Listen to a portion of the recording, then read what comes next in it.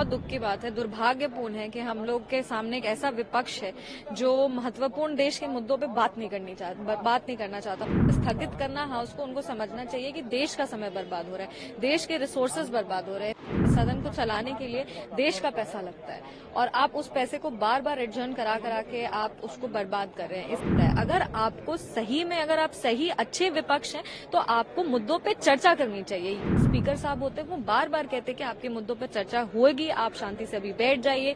Constructive criticism जो होता है, जो फ्रूटफुल क्रिटिसिज्म होता है वो करिए, पर ये सुनते ही नहीं है। पिछले एक सप्ताह विंटर सेशन का वास्ट आउट हो गया, कोई कामकाज नहीं हुआ, क्या कहेंगे? नहीं, बहुत दुख की बात है, दुर्भाग्यपूर्ण है कि हम लोग के सामने एक ऐसा विपक्ष है जो महत्वपूर्ण देश के मुद्दों पे बात नहीं करना चाहता। उनके पास बहुत सारे ऐसे टूल्स है। स्थगित करना हाउस को उनको समझना चाहिए कि देश का समय बर्बाद हो रहा है, देश के रिसोर्सेज बर्बाद हो रहे हैं। सदन को चलाने के लिए देश का पैसा लगता है और आप उस पैसे को बार बार एडजर्न करा के आप उसको बर्बाद कर रहे हैं। इसके अलावा यहाँ पे जितने भी जनप्रतिनिधि अपना क्षेत्र छोड़ करके आते हैं सदन करने के लिए, क्षेत्र के काम को भी रुकना पड़ता है। एक हफ्ते 2 हफ्ते अगर एमपी नहीं होते तो 2 हफ्ते के लिए क्षेत्र का कई काम होता है। जो फिजिकल प्रेजेंस में जनप्रतिनिधि के होता है वो काम रुकने लगता है, उसमें समय लगने लगता है। तो ये सारी चीजें उनको सोचनी चाहिए। जो जनप्रतिनिधि हैं वो आए हैं अपने क्षेत्र के, जो जनता है उनके आशाओं को लेके, उनकी महत्वाकांक्षाओं को लेके, और पूरा देश आपको देख रहा है। अगर आपको सही में अगर आप सही अच्छे विपक्ष हैं